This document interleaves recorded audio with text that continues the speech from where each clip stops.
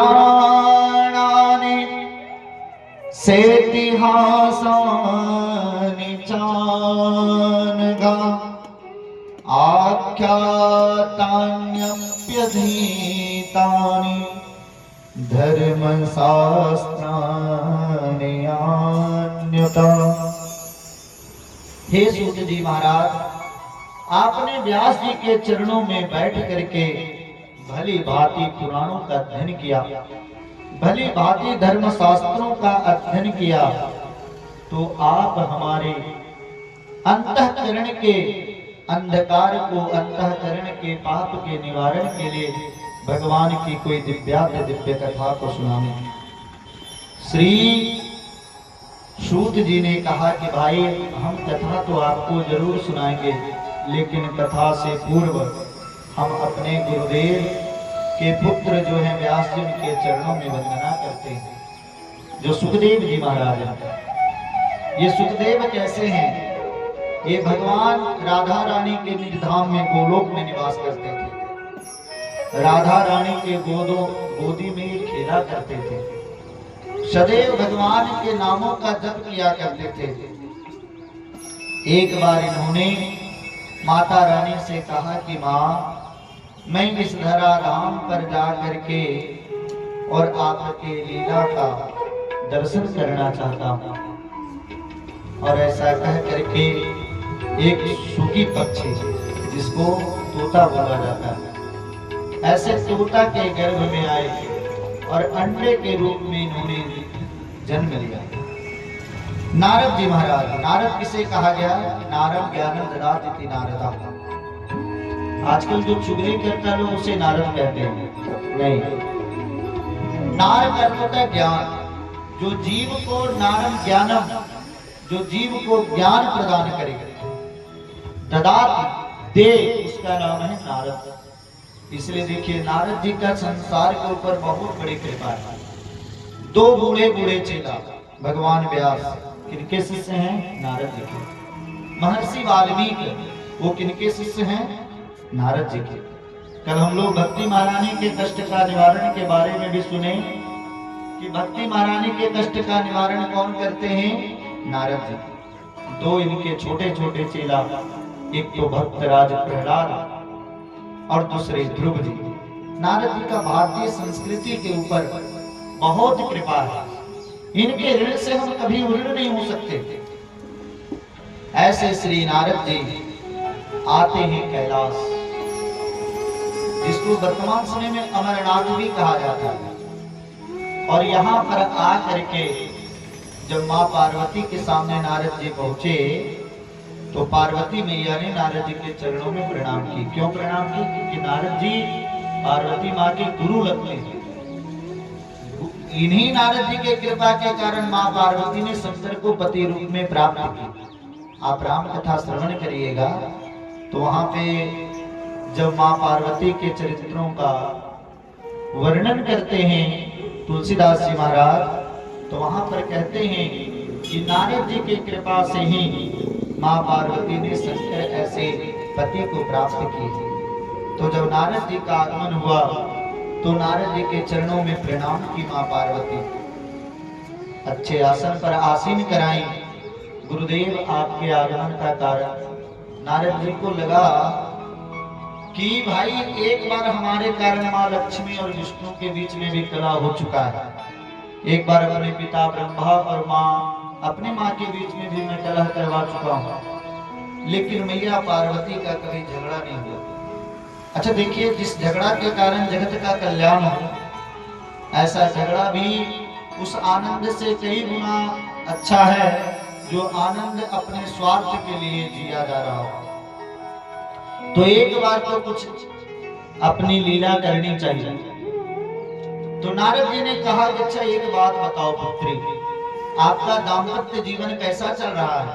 देखिए, ऐसा नहीं सोचिएगा, नारद जी का भाव माँ पार्वती के प्रति माता का भी, क्योंकि यहाँ कोई बड़ा छोटा नहीं है। ऐसा नहीं नारद जी बहुत बड़े, माँ पार्वती शिष्या छोटी है। नारद जी का भी भाव माँ पार्वती के प्रति माँ का है। अरे भले वो एक जन्म में दीक्षा दी होंगी, लेकिन हैं किनके अर्धांगिनी? भगवान शिव के। और शिव के अर्धांगिनी होने के कारण माँ पार्वती पूजनीय है। नारद जी ने माँ को कहा, माँ आपका दाम्पत्य जीवन तो ठीक से चल रहा है। अरे नारद जी क्या कहा जाए, इतना प्रेम करते हैं भगवान शिव हमसे कि भाई अगर भगवान का किसी लीला का दर्शन वो ध्यान में करते हैं, जिसको कभी बताना नहीं चाहिए, वह ऐसे चीजों को भी हमें बता देते हैं। तो इतना प्रेम करते हैं, गोपनीय से गोपनीय बात भी हमें शिव जी बताते हैं कि वाह माँ बहुत सुंदर बात है, इतना प्रेम तो पति पत्नी में होना ही चाहिए। अच्छा माँ एक बात बताओ, ये आपके पतिदेव जो मुंडों की माला अपने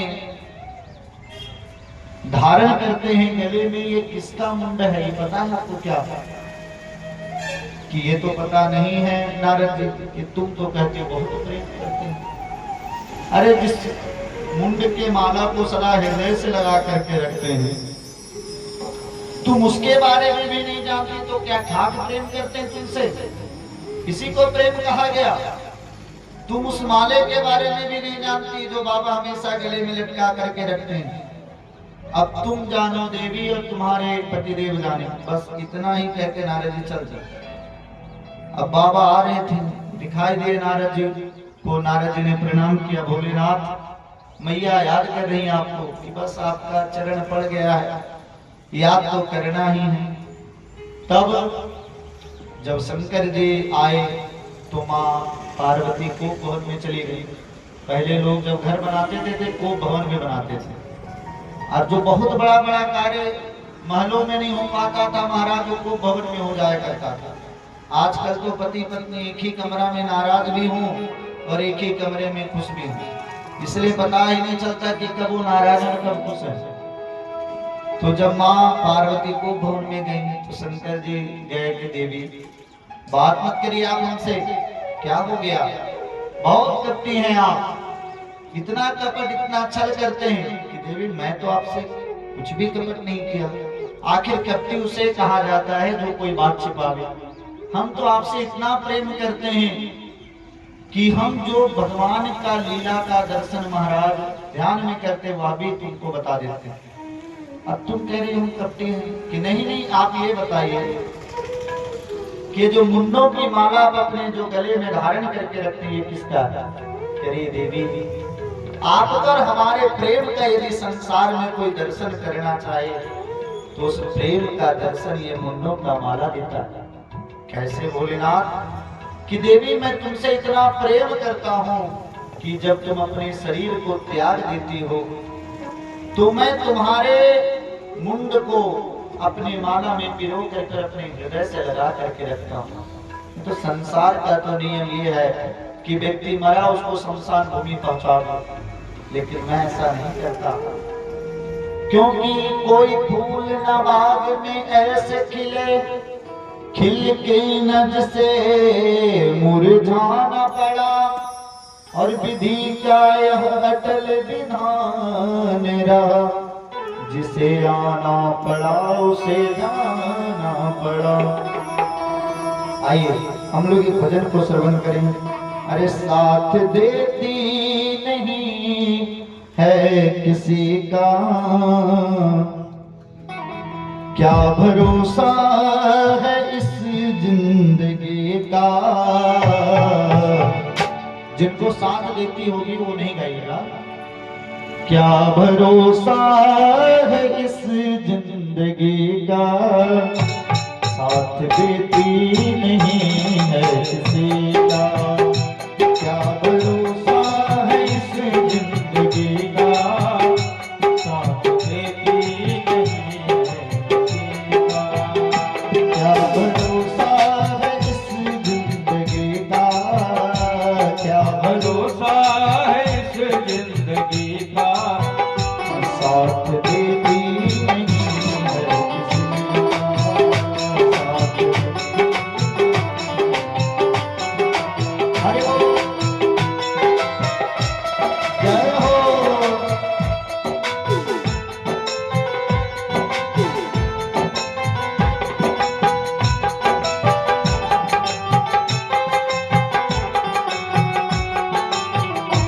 हरि बोल।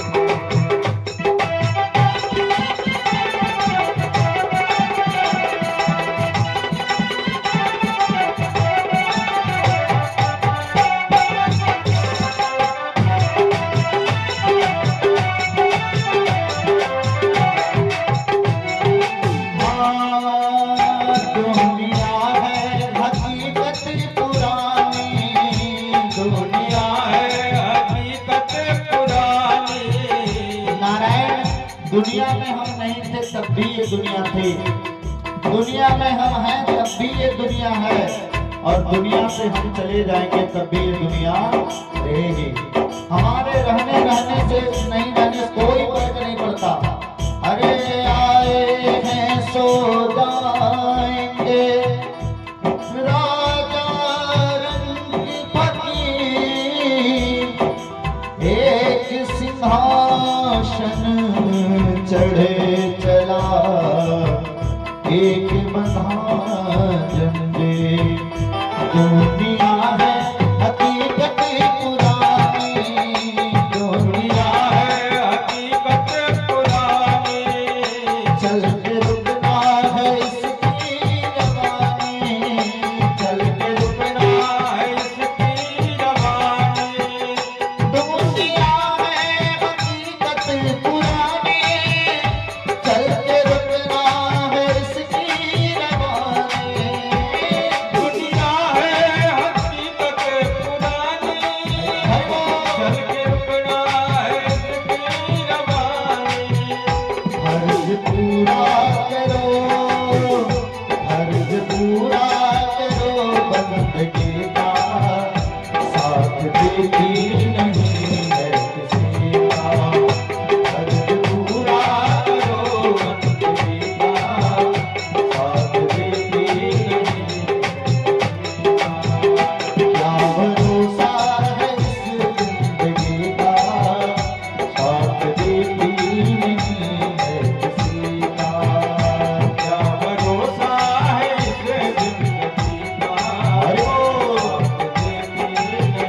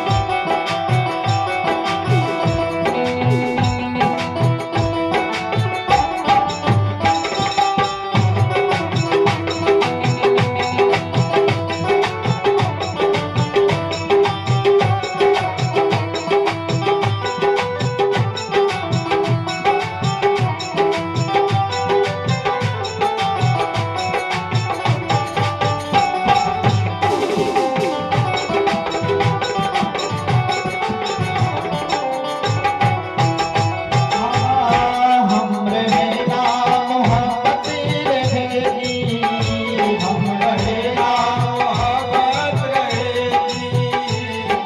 किसी की लाश यहाँ दीद को खिलाई जाती है, और किसी की लाश को यहाँ कब्र में दफनाई जाती है। किसी की लाश को यहाँ चिता में जलाई जाती है, और यूं ही बना बना के प्यारे तेरी दुनिया में चली जाती है। हम रहेगा मोहब्बत रहेगी, हम रहेगा मोहब्बत रहेगी। दास्तां अपनी दुनिया कहेगी, दास्तां अपनी दुनिया कहेगी, दास्तां अपनी दुनिया कहेगी, दास्तां अपनी दुनिया कहेगी। नाम रह जाएगा, नाम रह जाएगा आदमी का, साथ देती नहीं है किसी का। क्या भरोसा है इस जिंदगी का, साथ देती नहीं है किसी का। क्या भरोसा है इस जिंदगी का, साथ देती नहीं है किसी का।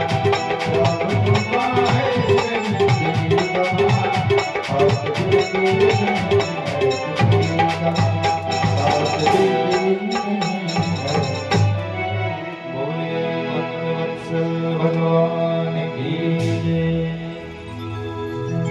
तो देवी, जब आपका समय पूर्ण होता है और आप अपने शरीर को जब पूरा करके चली जाती हो, तो मैं आपसे कितना प्रेम करता हूं।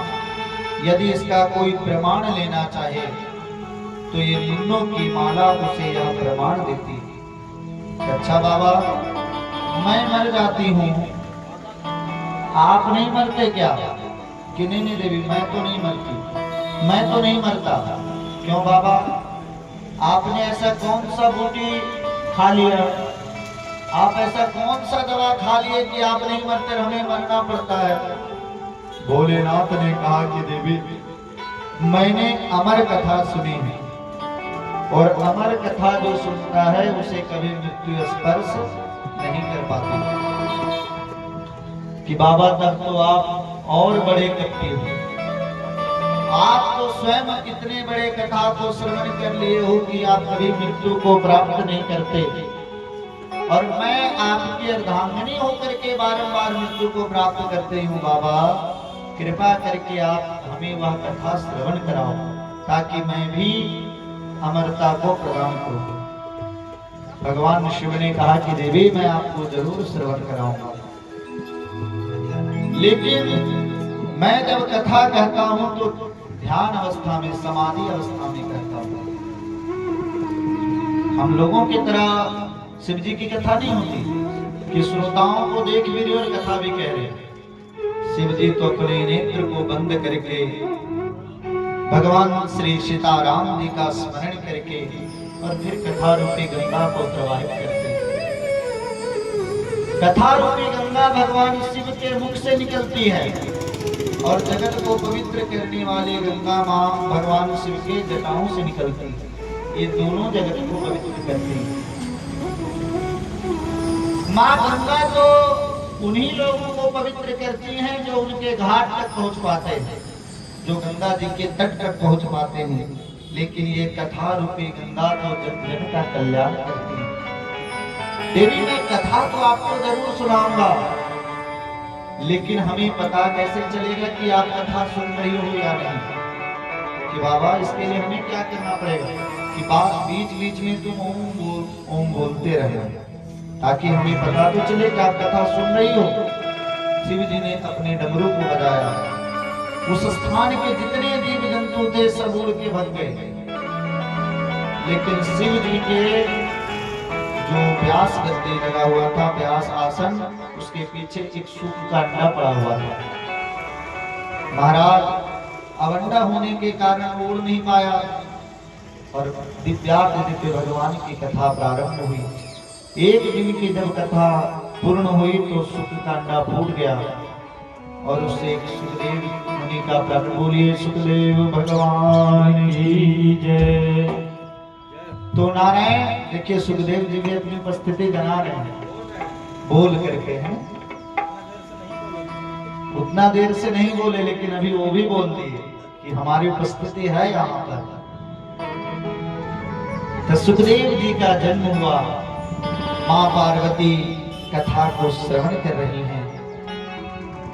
कथा बहुत आनंद पूर्वक महाराज 5-6 दिनों तक बीती, लेकिन जब उद्धव जी और भगवान कृष्ण का संवाद प्रारंभ हुआ, उद्धव जी ने भगवान से पूछा कि सन्यास किसे कहते हैं? प्रभु, सन्यास का लक्षण क्या है? वैराग्य का लक्षण क्या है? ज्ञान का लक्षण क्या है? तब श्री सुखदेव जी को लगा, जब ज्ञान की चर्चा होने लगी तो मैया पार्वती को नींद आ गई। क्योंकि देखिए, आप नींद का गोली खा करके सोइएगा, उतनी अच्छी नींद नहीं आएगी। डनलप के गद्दे पर सोने के बाद जितनी अच्छी नींद यहाँ रुकी सुखी कुर्सी पर बैठ करके आ जाती, कोई सुविधा नहीं। भगवान की कथा इतनी आनंददायक होती। जब ज्ञान और वैराग्य की चर्चा होने लगी, सन्यास की चर्चा होने लगी, तो मैया पार्वती को नींद आ गई। सुख स्वरूप सुखदेव जी को लगा, करे कथा से मैं वंचित रह जाऊंगा। महाराज वो सोचे के बीच में हमारी उपस्थिति तो पता चले, ने भोलेनाथ तो कथा ही बंद कर देंगे। इसलिए सुखदेव जी पीछे से ओम ओम बोलना शुरू किए। जब कथा पूर्ण हुई, बोले कृष्ण चंद्र भगवान की, और जब जयकारा लगा तब मैया पार्वती की नींद खुली। हाँ भोले बाबा, उसके बाद भगवान ने क्या कहा सन्यास के बारे में कि देवी की कथा तो पूरी हो गई और आपने बीच में अपनी उपस्थिति भी दर्ज कराई है। ऐसा नहीं कि कथा तो सुन रही थी आप, तो देवी कथा पूर्ण हो गई और आप सुन भी रही थी, लेकिन आप कह रही उसके बाद क्या हुआ, मतलब यहाँ कोई तीसरा भी है। शिव जी ने जब दृष्टि दौड़ा घुमाया तो उनको दिखाई पड़ा कि एक तोता पीछे बैठ करके, व्यास मंच के पीछे बैठ करके कथा को श्रवण कर रहा है। क्रोध आया, क्रोध का नाटक किए शिव जी। देखिए, कथा को कभी भी व्यास मंच के पीछे बैठ करके कथा नहीं सुननी चाहिए। कथा के बीच में से कभी उठ करके भी नहीं जाना चाहिए, तो भक्ता अपराध होता है। 32 अपराधों में यह भी एक अपराध माना गया है। कथा के बीच में वार्ता भी आपस में नहीं करनी चाहिए। कथा में बैठिए तब तक भगवान का होकर के बैठिए। तो नारायण शिव जी लिए त्रिशूल और दौड़े। अब आगे आगे सुखदेव जी और पीछे पीछे भगवान भोलेनाथ। अच्छा, शिव जी जिसको मारना चाहे क्या वो व्यक्ति बच सकता है? अरे जिसका, जो जगत का महाकाल, जो जिनको महाकाल के नाम से जाना जाता है, अगर वही हमारे पीछे पड़ जाए तो बड़े बड़े राक्षस लोग भगवान शिव से अपने आप को नहीं बचा पाए तो तोता कहां से बचा पाए। लेकिन शिव जी भी ये नाटक कर रहे हैं। दौड़ते उड़ते उड़ते वो सुख वहां पर पहुंचे जहां पे भगवान व्यास की पत्नी मां बिटिका देवी जमाई ली और उनके मुख में सुखदेव जी प्रवेश कर गए। भोले बाबा गए, व्यास जी ने प्रणाम किया। भोलेनाथ, इतना सुबह सुबह आप हमारे आश्रम में, हम आपको निमंत्रण में नहीं भेजे, आप कैसे आ गए? व्यास जी आपको पता नहीं, मैंने अमर कथा प्रारंभ किया और वो पूरी अमर कथा को एक तोता ने सुन लिया, सुख ने सुना। मैं उसी को मारने के लिए आया। व्यास जी हंसने लगे कि भोले बाबा, एक तरफ तो आप अमर कथा कह रहे हो और दूसरी तरफ आप मारने की इच्छा कर रहे हो, ये कैसे संभव है?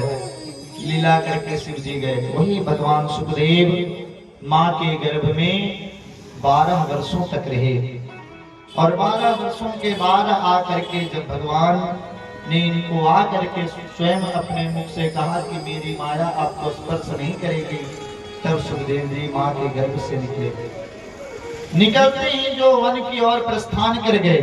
यम प्रव्रजंत मनुपेतमपेत कृत्यम द्वेपायनो विरह का तरया जुहावा पुत्रेति तन्मयतया तरवो विनीदो तं सर्वभूत हृदयं मुनिमान तोस्मि। सुखदेव जी ने जब जन्म लिया तो जन्म लेते ही परिव्राजक वो बन गए। पीछे से व्यास जी पुत्र पुत्र कह करके जा रहे हैं, लेकिन सुखदेव जी सर्वभूत हृदय जो है वो पीछे पलट करके भी नहीं देखे।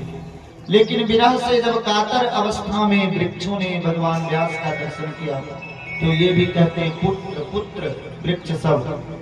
सुखदेव जी लौट करके आए। ऐसे परमहंसाचार्य भगवान सुखदेव के चरणों में प्रणाम किया गया। नारायण के 6 प्रश्नों के अंतर्गत ये पूरी भागवत कथा कही गई है। देखिए, जीव तभी ईश्वर को प्राप्त कर सकता है, भगवान को प्राप्त कर सकता है, जब 6 प्रकार के उसने दुर्गुणों का त्याग किया है। काम, क्रोध, लोभ, मद, मात्सर्य, ये 6 प्रकार के जो अवगुण हैं, तब इसका जब तक परित्याग जीव नहीं करेगा तब तक भगवत प्राप्ति नहीं कर सकता। दूसरा भाव है 6 प्रश्नों का कि भगवान भी षडैश्वर्य संपन्न है, षड गुणों से संपन्न है। इसीलिए यहाँ पर ऋषियों के द्वारा 6 प्रश्न किया गया। तीसरे महात्मा ने कहा कि जो 6 शास्त्रों का जो मूल है, जो तत्व है, वह भागवत के अंदर सन्निहित है। भागवत में वो 6 शास्त्रों का ही महाराज ज्ञानों को भरा गया है। मीमांसा, वेदांत, दर्शन, वैशेषिक, सांख्य आदि जो शास्त्र हैं, क्योंकि सांख्य शास्त्र तो इसमें है ही नहीं। ये 6 शास्त्रों का सार है श्री भागवत जी। प्रथम प्रश्न करते हैं सौनकादि मुनि कि हे सूत जी महाराज, मानव के लिए परम धर्म क्या है? क्या दिन रात भगवान का पूजन करना ही मानव के लिए धर्म है? नहीं, तो फिर क्या है धर्म, ये आप हमें बतावें। दूसरा, जब हम मंदिर में भगवान की पूजा करते हैं तो कोई कहते हैं कि देवी मैया सबसे बड़ी हैं, कोई कहते हैं शिव जी सबसे बड़े हैं, कोई कहते हैं गणेश जी सबसे बड़े हैं, कोई कहते हैं भगवान विष्णु सबसे बड़े हैं। तो इन सभी देवताओं में सबसे बड़ा और सबसे श्रेष्ठ कौन है? तीसरा, इस वेद में भगवान को अजन्मा कहा गया है। वेद भगवान जन्म नहीं लेते, तो जो वेदों में अजन्मा के नाम से जिन भगवान को जाना गया है, उन्हीं भगवान के चरित्रों को जब हम श्रवण करते हैं तो कभी कौशल्या के पुत्र भगवान श्री राम के रूप में आते हैं, कभी माँ यशोदा के पुत्र कृष्ण के रूप में आते हैं, कभी माँ अदिति के पुत्र भगवान वामन के रूप में आते हैं। तो जो अजन्मा है वो जन्म क्यों लेता है? मेरा चौथा प्रश्न है कि अगर वो भगवान अवतार लेते हैं तो उनके प्रधान कितने अवतार हैं? पांचवा प्रश्न है कि जीवन का परम लक्ष्य क्या है? मानव जीवन का परम लक्ष्य क्या? खाना पीना, सोना, खूब पैसे कमा लेना, बहुत बड़े बंगले को बना लेना, बहुत अच्छे अच्छे गाड़ियों को खरीद लेना, समाज में पद प्रतिष्ठा की प्राप्ति कर लेना, क्या मानव के लिए परम लक्ष्य यही है? और मेरा छठा प्रश्न है कि भगवान यदि धर्म की स्थापना करने के लिए आते हैं, तो भगवान जब धर्म की स्थापना करके चले जाते हैं तो धर्म किसकी शरण में जाता है? आप ये 6 प्रश्नों का उत्तर हमें दें। तो प्रथम प्रश्न का उत्तर देते हैं सूत जी महाराज कि सुनो मुनियो, जीवों के लिए सबसे बड़ा परम धर्म क्या है? कि सवै पुंसाम परो धर्मो यतो भक्ति गधोक्षजे अहेतु क्या प्रदेहता अयात्मा संप्रसीदति। जीवों के लिए सर्वोच्च धर्म है, धार्मिक कर्तव्य है कि जीव सब कुछ बिना हेतु का, बिना कोई कामना किए, अहेतु क्या प्रतिहता, वो हमारी भक्ति करे। देखिए, जब भगवान की भक्ति करके और बदले में कुछ लेने की इच्छा अगर अपने हृदय में हो तो भगवान का वो भक्त नहीं हो सकता। क्योंकि भगवान के भक्तों का लक्षण क्या है कि जाहि न चाहिए कबहु कछु, तुम सज सहज सने, बस हो निरंतर आसु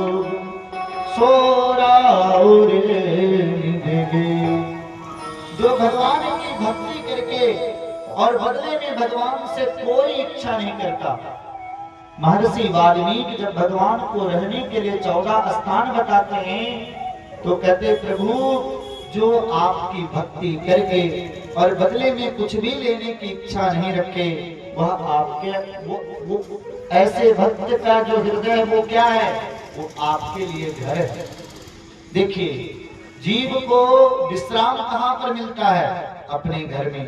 उसी तरह से जो भक्त भगवान की भक्ति करके और बदले में कुछ पाने की इच्छा नहीं रखता, भगवान ऐसे भक्तों की हृदय को कभी त्यागते नहीं है।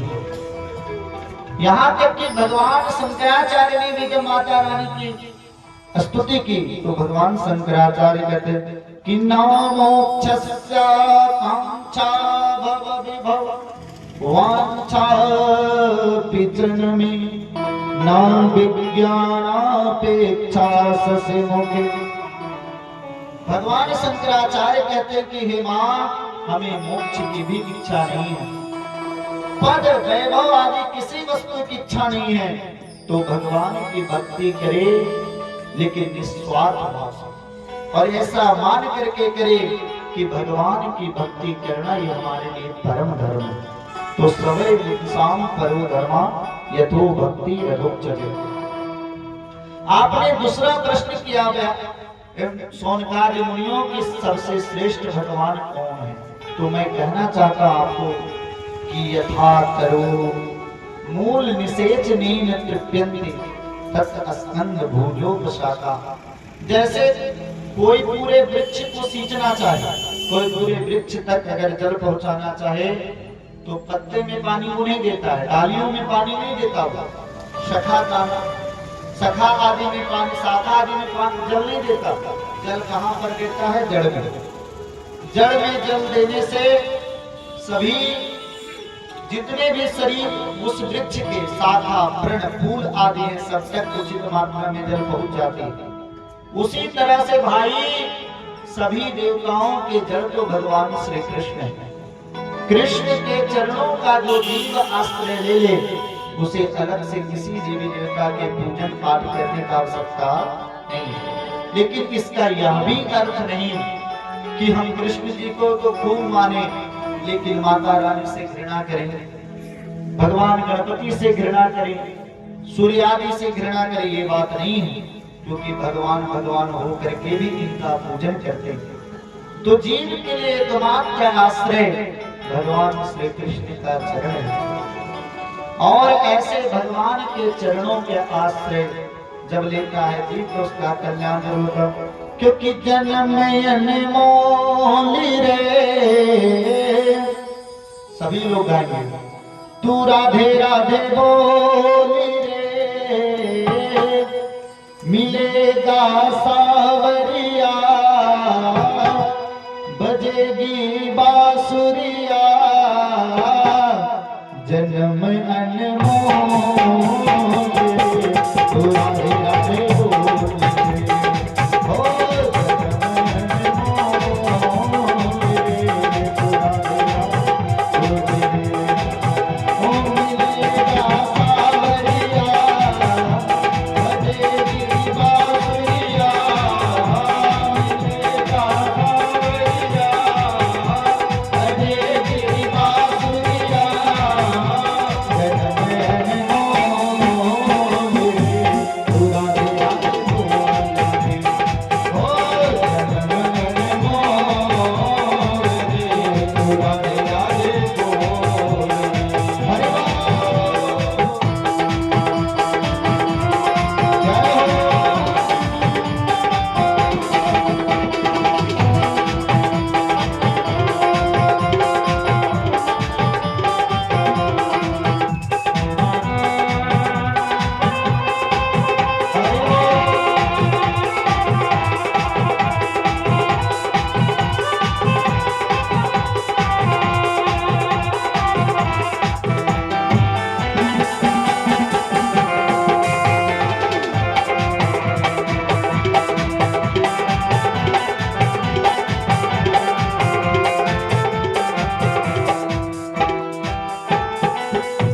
आदि सत्य श्री राधा रानी, आदि सत्य श्री राधा रानी, महिमा जिनके वेद बखानी, महिमा जिनके वेद बखानी,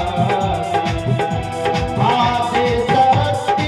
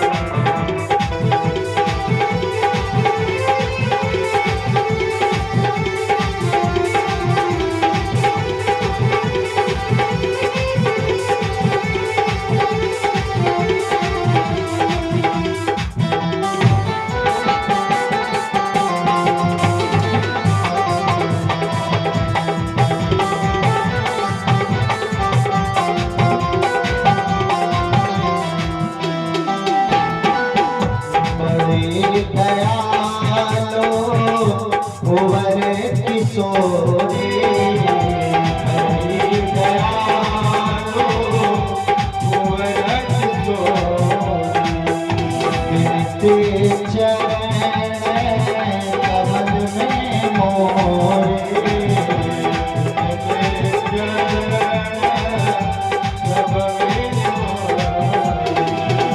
बड़ी दयालो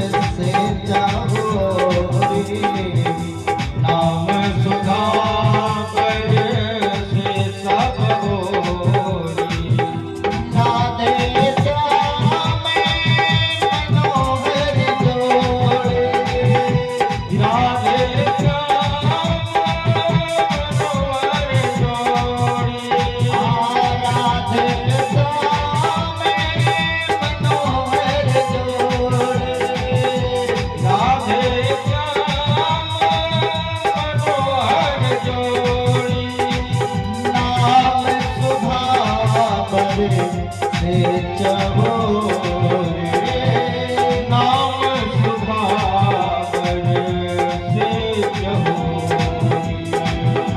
राम रस घोल रे नाम रस घोल रे तू राधे राधे बोल रे तू राधे राधे बोल रे जनमन मोल रे तू राधे राधे बोल रे जनमन मोल रे तू राधे राधे बोल रे मिलेगा कांवरिया मिलेगा कांवरिया बजेगी बांसुरिया बजेगी बांसुरिया मिलेगा कांवरिया मिलेगा कांवरिया बजेगी बांसुरिया बजेगी बांसुरिया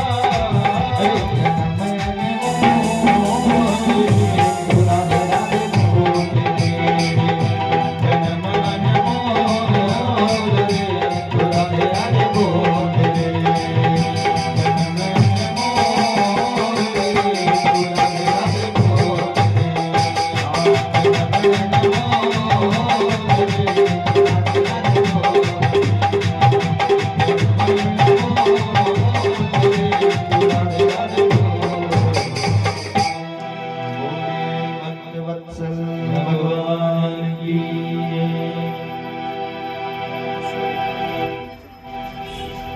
तो नारायण एक भगवान कृष्ण का पूजन करने से सभी देवी देवताओं के पूजन का फल मिल जाता है। तो भगवान जिनको वेदों में अजन्मा कहा गया वो जन्म लेता है और उनके प्रधान 24 अवतार होते हैं। भगवान के कितने अवतार हैं? प्रधान रूप से 24 अवतार माने गए, जिसमें भगवान का सर्वप्रथम जो पहला अवतार है सनत सनंदन सनातन और सनत कुमार। कल हम इनके बारे में सुने थे कि बद्री विशाल में सबसे पहले नारद जी को भागवत कथा ही श्रवण कराया। भगवान का दूसरा अवतार हुआ वाराह के रूप में भगवान अवतरित हुए। तीसरा अवतार भगवान का हुआ नारायण नारद जी के रूप में। संत नारद भी आप गिनते जाइएगा। उसके बाद भगवान का अवतार हुआ मां देवहूति के द्वारा भगवान कपिल के रूप में जन्म लेते हैं, जो आज भी गंगा सागर में विराजमान है। कपिल मुनि का अवतार होता है। भगवान का छठा अवतार हुआ है दत्तात्रेय अवतार। दत्त भगवान जिन्होंने अपने जीवन में कई गुरुओं को बनाया था, तो दत्तात्रेय भगवान के छठे अवतार हैं। सातवां अवतार भगवान का होता है यज्ञ नारायण के रूप में। भगवान का आठवां अवतार ऋषभदेव के रूप में हुआ है, जो जैन धर्म के प्रवर्तक हुए भगवान ऋषभदेव। ऐसे इन्हीं का आश्रय लेकर के अरिहंत नाम के ऋषि ने जैन मत का प्रचार और प्रसार किया था। नौवां अवतार भगवान का हुआ पृथु के रूप में। 10वां भगवान मछली के रूप में मत्स्य अवतार ग्रहण करते हैं। 11वां अवतार भगवान का होता है कच्छप के रूप में। 12वां जो भगवान का अवतार है वो नारायण धन्वंतरी के रूप में। 13वां अवतार भगवान का मोहिनी के रूप में। 14वां अवतार भगवान नरसिंह के रूप में लेकर के आते हैं। 15वां जो भगवान का अवतार है भगवान वामन के रूप में आए।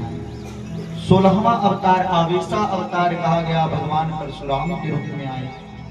17 नंबर में भगवान वेद व्यास के रूप में आए। ये व्यास देवी भगवान के ही अवतार है। और नारायण 18वां अवतार मां कौशल्या नंदन दशरथ जी के प्राण बनकर के राम जी के रूप में आते हैं।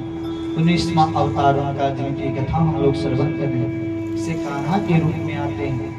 20वां अवतार भगवान का 19वां है बलराम जी का, जो शेष के रूप में आए हैं, और 20वां भगवान कृष्ण का। 21वां अवतार भगवान हरि के रूप में लेकर के आते हैं। 22वां अवतार भगवान का हंस के रूप में होता है। 23वां बुद्ध के रूप में, ये 23 अवतार तो भगवान का हो चुका है, और 24वां जो भगवान कल्कि के रूप में अवतरित होंगे, जब कलयुग का बहुत आतंक बढ़ जाएगा तो संबल नाम के ग्राम में, जो वर्तमान समय में उत्तर प्रदेश जिला के अंतर्गत पड़ता है, जहाँ भी बहुत बड़ा विवाद भी चला था संबल ग्राम को लेकर के, ऐसे ही 24वां अवतार भगवान कल्कि का होगा संबल नामक ग्राम में। ये भगवान के प्रधान 24 अवतार हुए।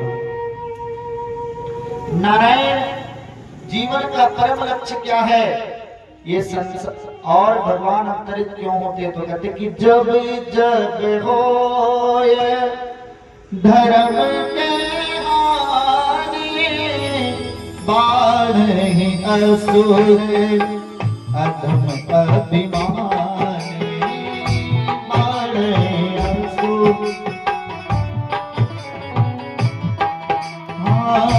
करनी अनीति जाए नहीं मरनी, करनी अनीति जाए नहीं मरनी, सीधे बेत्र भेम सुर धरनी, सीधे बेत्र भेम सुर धरनी। जब जब अधर्म की हानि होती है, यदा यदा ही धर्मस्य ग्लानिर्भवति भारत, और अधर्म की वृद्धि होने लगती है, तब तब प्रभु धरि विविध शरीरा हरे कृपा निधे सज्जन प्रिया, परित्राणाय साधूनां विनाशाय च दुष्कृतां। भगवान संतों की रक्षा के लिए, भक्तों की रक्षा के लिए, भक्तों के परित्राण के लिए अवतार लेते हैं और भक्तों की रक्षा करते हैं। महाराज सुखदेव ऐसे वितराग जिनके संत हुए, जब सुखदेव जी को लौटा करके नहीं ला पाए भगवान व्यास जी, तो व्यास जी कहाँ प्रवास किए, और बाद में व्यास जी ने आकर के सुखदेव जी से भागवत की कथा पढ़ी। आखिर भागवत जैसे ग्रंथ की रचना करने की आवश्यकता भगवान व्यास को क्यों पड़ी, इस कथा का आप विस्तार करें। तब कहते श्री सूत जी महाराज कि भाई पराशर जी के पुत्र हुए भगवान व्यास, जिनकी माँ का नाम है माँ सत्यावती। जन्म लेते ही माता जी से उन्होंने आदेश लिया कि माँ मैं जाकर के भगवान का भजन करना चाहता हूँ, तुम जब हमें याद करोगी मैं आपके पास आ जाऊंगा।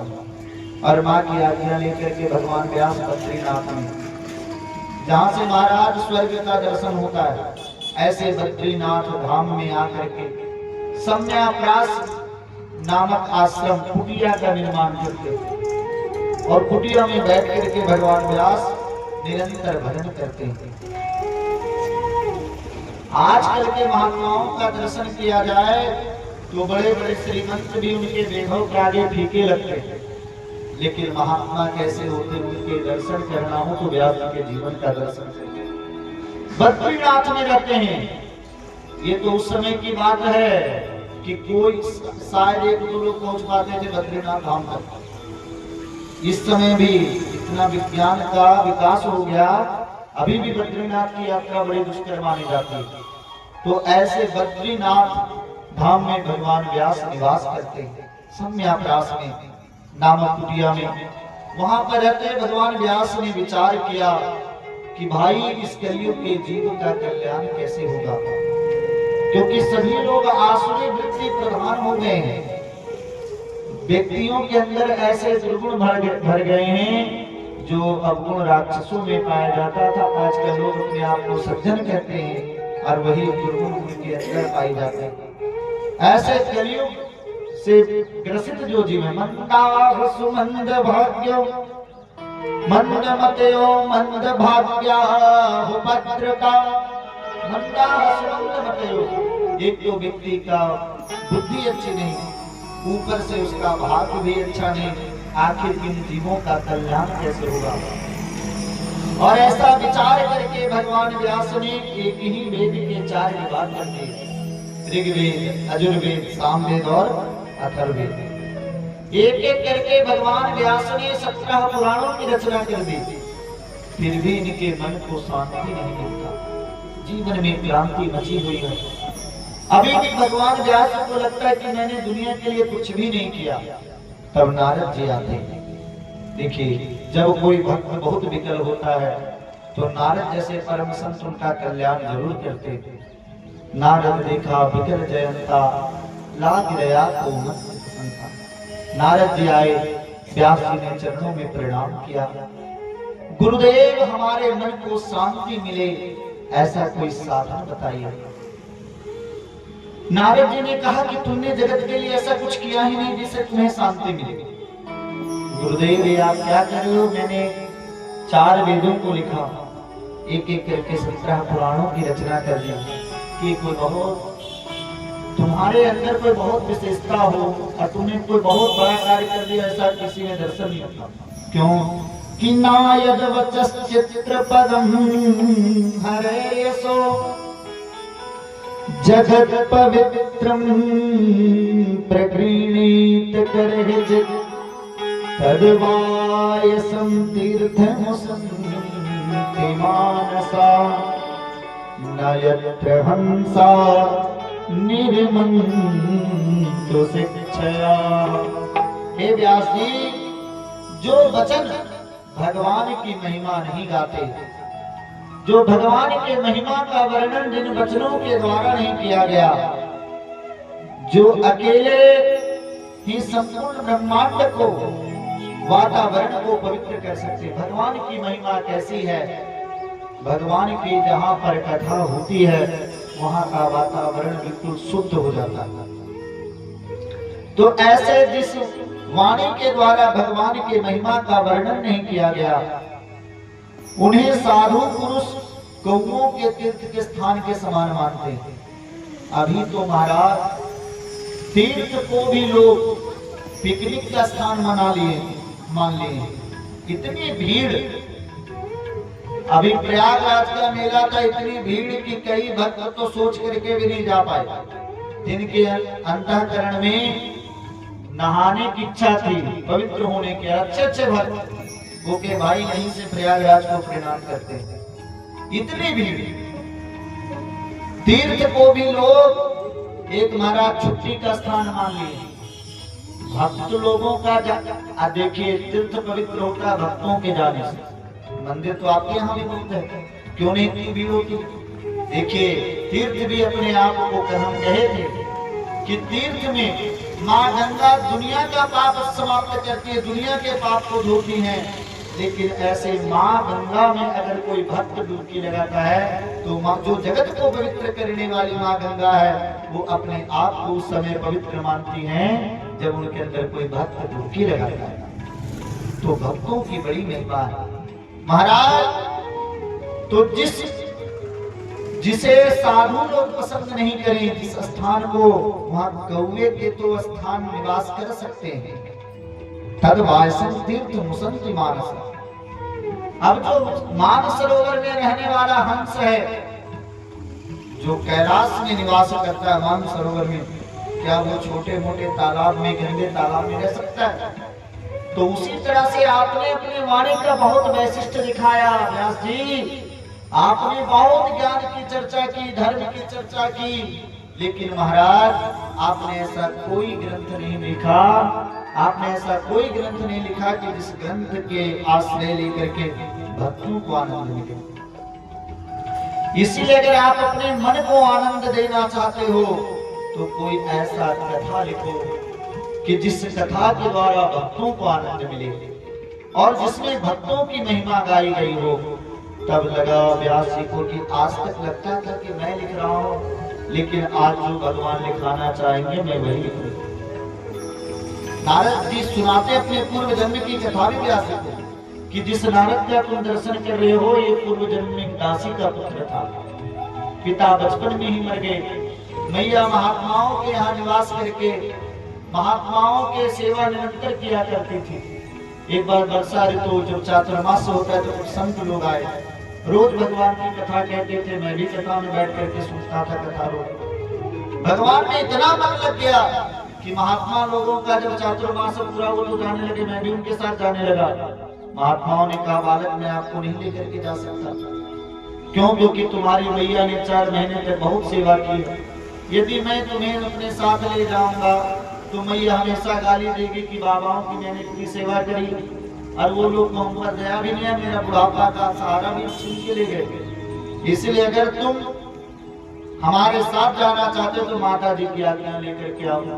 और रहा भगवान का तो मैं तुम्हें एक मंत्र दे देता हूँ, इस मंत्र को तुम बैठ करके यहीं पर जप करना। और भगवान के नाम मंत्र का दे करके नारद जी की मैया से पूछना व्यर्थ था, क्योंकि वो हमसे इतना प्रेम करती थी कि वो जाने नहीं देती। इसलिए एकांत में बैठ करके दिन रात भगवान के नामों का जप किया करता था। अब मैया को बड़ी चिंता हो गई कि कहीं हमारा पुत्र बाबा जी नहीं बन जाए, क्योंकि माताओं को सबसे अधिक चिंता इसी बात की होती है, चोर बन जाए, डकैत बन जाए, नेता बन जाए, अभिनेता बन जाए, कुछ भी बन जाए, लेकिन बाबा जी नहीं बनना चाहिए। अब जो आवे मैया के महाराज हमारे लाला का शादी करा दो, तब तो हम डर गए महाराज के भी, तक तो मैया के पधारने की प्रतीक्षा कर रहे हैं। अब श्रीमती जी आगे तुमको पधारने की प्रतीक्षा करनी पड़ेगी, ये पूरा जीवन प्रतीक्षा में ही चली जाएगी। लेकिन भगवान एक दिन लीला किए कि एक दान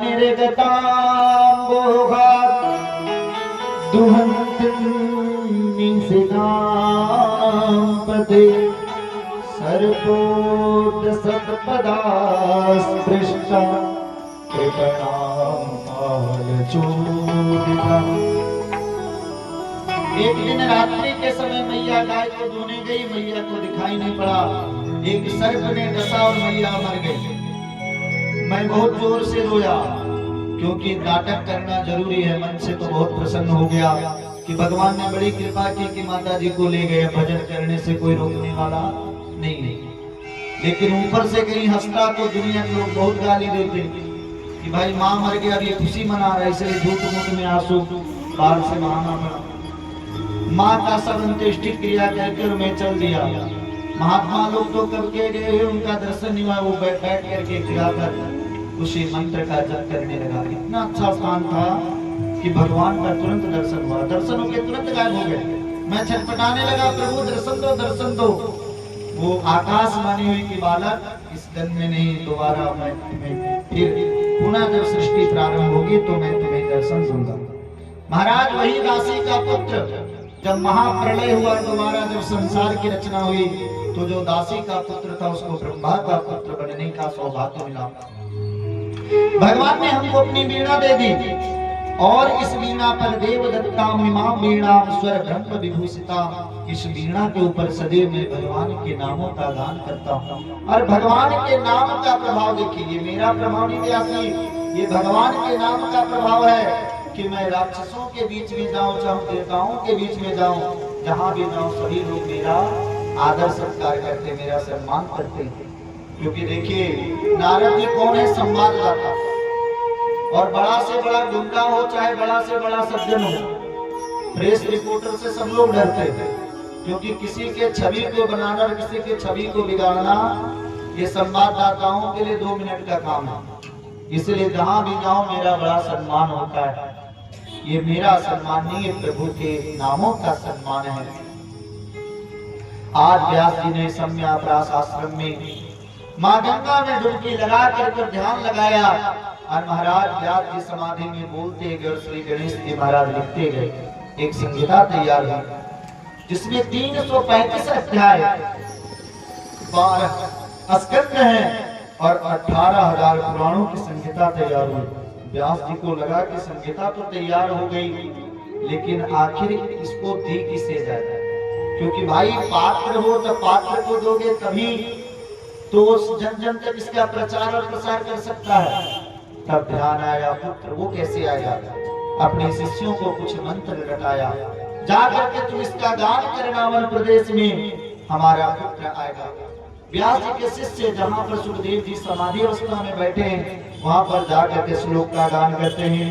वरहा पीड़म नटवर वपहो कर्णयो कर्णिकारं बिभ्रद्वासः कनककपिशं वैजयन्तीं च मालाम्।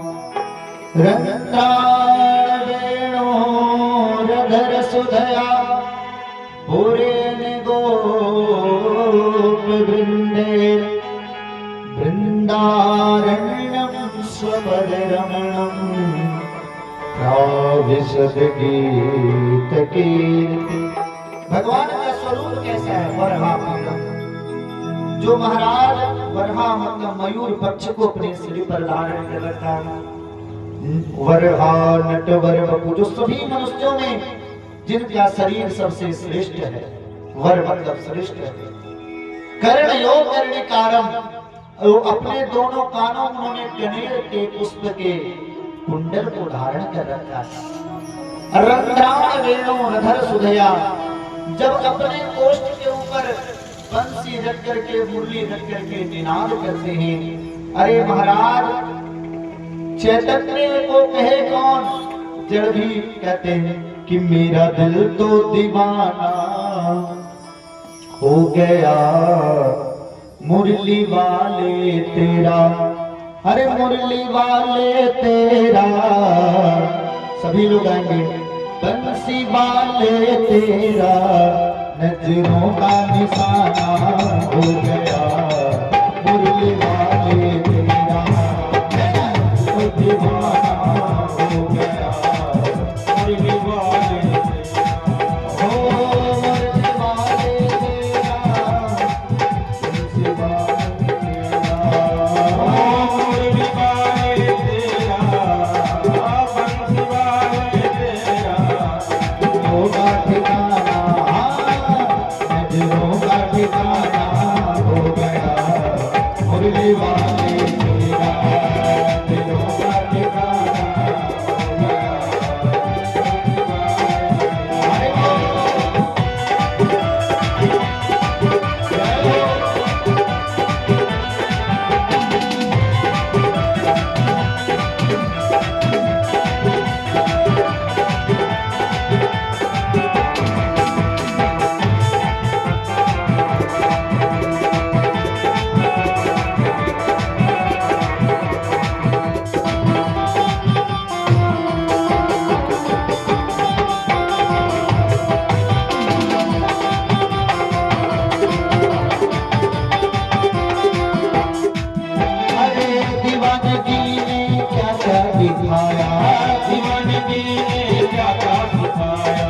दुनिया छुड़ा कर तुमसे मिलाया, दुनिया छुड़ा कर तुमसे मिलाया, दीवानगी ने क्या क्या दिखाया, दीवानगी ने क्या क्या दिखाया, दुनिया छुड़ा कर तुमसे मिलाया, दुनिया छुड़ा कर तुमसे मिलाया। अरे इस रंग जवाना हो गया मुरली वाले तेरा, ये जवाना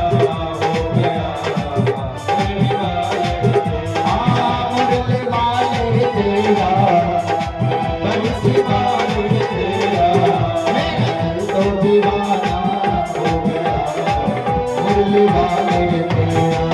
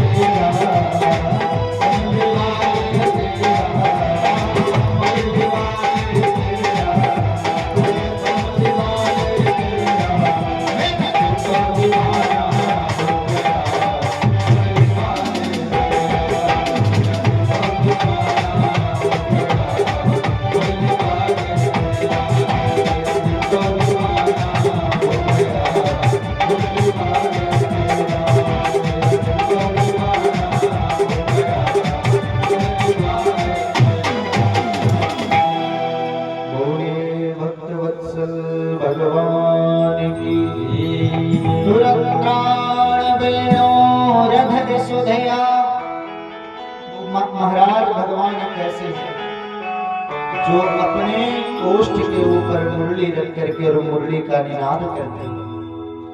जब भगवान मुरली बजाते हुए दो चारण करके जो शाम के समय में ब्रज प्रदेश में प्रवेश कर रहे हैं, तो सभी बड़े बड़े अमलात्मा विमलात्मा जो परमहंस हैं वो खड़े होकर के भगवान की स्वरूप के जाति का दर्शन करते हैं। सुखदेव जी के कान में जब यह मंत्र पड़ा तो सुखदेव जी को लगा क्या दुनिया में कोई इतना भी सुंदर हो सकता है। सुखदेव जी की समाधि खुल गई। व्यास के शिष्यों के पास आ, भैया और सुनाओ कि महाराज जी हमको तो एक ही मंत्र तैयार है, अगर आपको पूरी सुननी है तो ऐसे ऐसे 18,000 श्लोक हमारे गुरुदेव के पास है।